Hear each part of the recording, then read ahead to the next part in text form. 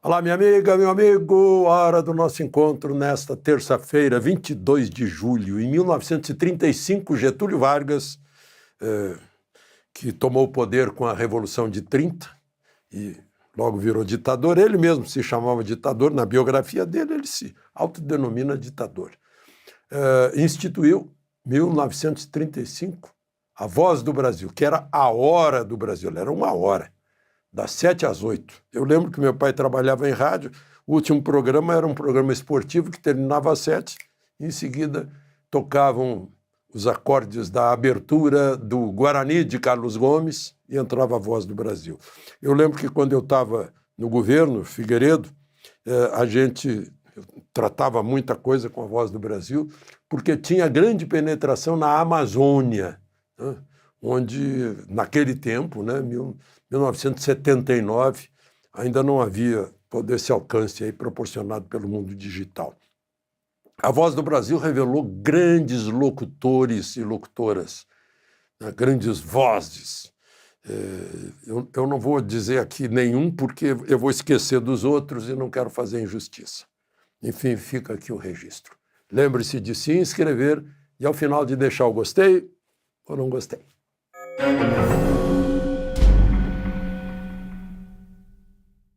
Pois é, ontem eu mostrei aqui o presidente Bolsonaro arregaçando a calça e mostrando a tornozeleira lá na Câmara dos Deputados.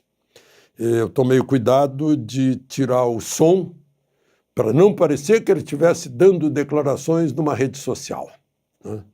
Porque estava proibido. Porque não tem como, se ele entrar numa padaria, alguém vai filmar tudo que ele está conversando, né? Vai registrar e vai publicar na rede social. Ele não tem como controlar isso. Ele foi lá para uma reunião com seus apoiadores da Câmara, os deputados, em geral deputados do PL, que tentaram fazer uma reunião hoje, mas foram impedidos pelo presidente da Câmara.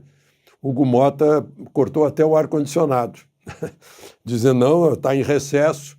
É a mesma coisa que nas férias escolares, um grupo de alunos tentar fazer uma reunião na escola para estudar alguma coisa que ficou para trás no semestre e a diretora, não pode, né? Mas, enfim, são coisas da política, né? Como me disse uma vez lá na rampa do Congresso, Magalhães Pinto, acho que era senador na época. Ele olhou para o céu, eu estava gravando entrevista com ele, disse, política é como uma nuvem. A gente olha, ela está de um jeito. A gente olha de novo, ela já está do outro jeito, não? E assim, a glória da política, o poder na política, que se desaba de uma hora para outra, né? Mas, enfim, Moraes ameaçou de prisão a Bolsonaro se ele continuasse fazendo declarações nas redes sociais, só que ele não fez. Aí a defesa dele esclareceu isso, pediu que ele fosse mais claro, então, porque estava muito genérico, né? Não pode fazer declarações que sejam publicadas na rede social nem por terceiros. Então, simplesmente não pode falar, né? Ou ele tem que fazer um bloqueio para impedir que as pessoas... Olha, vocês não podem me gravar, ninguém aqui, né? Isso é impossível, onde quer que ele vá, junto àquela multidão, diferentemente do outro que venceu a eleição. Então, agora, eu não quero deixar vocês sem uma análise desses últimos fatos, né? Vejam só para a gente pensar. Não estou insinuando nada. Como diz o alerta dos filmes, né? Qualquer semelhança é mera coincidência, né? Sexta-feira à noite, o ministro Moraes fica sabendo, né, expressamente que o visto dele para os Estados Unidos está cancelado. Ele e seus aliados. Eu não sei quais aliados. Por isso eu não falo aqui em nomes, além do Moraes. Marco Rubio, secretário de Estado, só citou Moraes e seus aliados. Então, não sei. A lista pode ser ampla ou não, mas enfim. E aí, isso foi na sexta-feira. Ele provavelmente foi dormir muito irritado. Aí acordou e Eduardo e Jair, bodes expiatórios. Está lá no Esopo, no La Fontaine, o lobo e o cordeiro. Olha, você está sujando a minha água, disse o lobo, que queria um pretexto para abocanhar o cordeiro. Aí o Cordeiro disse, mas eu estou rio abaixo do senhor, senhor Lobo. É impossível. Disse, se não foi você, foi seu pai. Exatamente isso. Né? Bom, e interessante que os jornais domesticados aproveitam para criar motivos, né? Porque os dois concordaram com a tarifa de 50%. Uai, mas é proibido concordar com a tarifa? Não é livre a manifestação? Por isso existem os jornais, graças à liberdade de imprensa, né? Que, aliás, é um direito natural. Mas aí veio, então, todo o bloqueio, as medidas cautelares. Bloqueio de bens, né? Bloqueio até de PIX, para o Eduardo não receber via PIX. Bloqueio do contra-cheque dele na Câmara dos Deputados. Um advogado tributarista me disse que só é possível isso se a pessoa é um desviador de dinheiro público, como a gente viu aí, né? Tantas vezes. Aí bloqueia os bens para garantir o ressarcimento do erário, né? Ou porque é devedor inadimplente da Receita Federal. Não, mas não é o caso. Bom,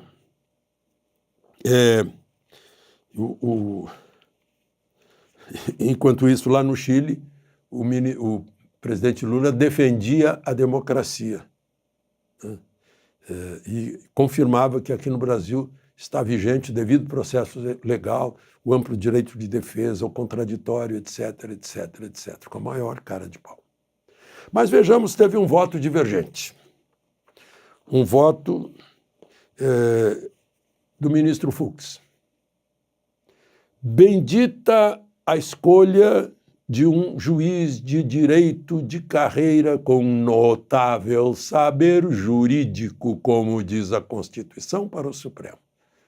Esse é o ministro Luiz Fux, que passou por fóruns lá, por instâncias complicadas no Rio de Janeiro, inclusive Duque de Caxias, Baixada Fluminense, né? Então, aí eu li o voto dele, conciso, 5 páginas, derrubou um por um dos argumentos do relator Moraes, que foram aprovados por outros 3 ministros, Dino, que é juiz federal de carreira, Zanin, que foi advogado de Lula, e Carmen Lúcia, que parece que é do Ministério Público, né? Aí ele começa, né? Tem que fazer um resumo, porque são 5 páginas, que o Supremo ia sofrer influência do Eduardo Bolsonaro e do Jair Bolsonaro. A gente fica pensando, só se a corte for muito fraquinha para se curvar. Ele lembra que a corte nunca se curvou. Atacar a independência do Supremo, ele lembra a mesma coisa, o Supremo sempre foi independente, né? Mesmo até em tempos de governo militar, quando foi decretada a aposentadoria de, parece que 2 ministros ou 3, o Supremo continuou numa posição altiva, né? Criar entraves econômicos. Aí ele disse, o problema de entraves econômicos na economia, as tarifas, isso é um assunto do presidente da República e do Ministério de Relações Exteriores, né? Obstar a ação penal 2668. Aí ele estranha, porque a ação já está com instrução judicial concluída e em alegações finais de defesa. Está muito tarde para obstar essa ação. E aí ele lembra, Bolsonaro tem domicílio certo, passaporte retido, né? Não há nenhuma, nem da Polícia Federal, nem do Ministério Público, uma prova de perigo de fuga. A decisão de Moraes se baseia em, aspas, possível prática de ilícitos, fecha aspas. Aí é aquele filme do sujeito que era punido agora, do possível crime que vai cometer no futuro. Impedir de usar os meios de comunicação confronta, né, a cláusula pétrea da liberdade de expressão. E aí ele ainda cita Celso de Mello. que foi presidente supremo, era decano até há pouco tempo. As medidas impostas restringem direitos fundamentais como a liberdade de ir e vir, a liberdade de expressão e de comunicação, sem que se demonstrasse essa necessidade. Para impor cautelares é preciso justificar, demonstrar. Faz a demonstração e termina. Sicut erat demonstrandum. O latim, né? À luz de requerimentos legais, não se vislumbra a necessidade dessas medidas. Aí ele vota contra. Vejam só, 4-1. Referendaram as medidas. Quando ele as aplicou, era ele sozinho. A Polícia Federal já estava lá no banheiro pegando o pendrive com músicas religiosas, né? Não estava referendado ainda, mas foi referendado. 4-1. 4 referendaram. Quantos são os ministros do Supremo? São 11. 4, portanto, não é maioria de 11. Né? Só para a gente lembrar. Porque o ministro Marco Aurélio está lembrando que nunca, enquanto ele esteve no Supremo, por décadas, um caso de crime foi julgado a não ser pelos 11. Né? Pois é, então, aí eu falei de Marco Aurélio, ele deu uma entrevista para a Rosiane Kennedy, no Estadão, em que ele diz que o STF vive uma extravagância e que Moraes, ele gostaria de convidar Moraes para um divã de psicanálise para saber o que está acontecendo e diz que ele votaria junto com Fux se ele estivesse no Supremo. Ele deu uma entrevista também para a CNN, né, afirmando que cercear redes sociais é próprio de regime autoritário. E só para concluir, da série PGR arquiva, Procuradoria-Geral da República já tinha arquivado processos contra Bolsonaro da baleia, que ele estava assediando uma baleia, do cartão de vacina, está avaliando agora a questão das joias que ele e Michele ganharam, né? E agora cartão corporativo também arquivado, não só arquivado, como foi para um recurso para não arquivar, foi pedido de deputados, né? O recurso disse, não, arquive-se, não tem nada, não tem crime aí. Assim como motociata em período eleitoral, que seria crime eleitoral, também não. Né?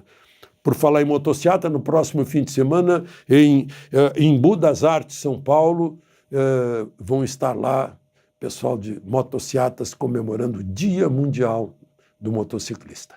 De Brasília, Alexandre Garcia.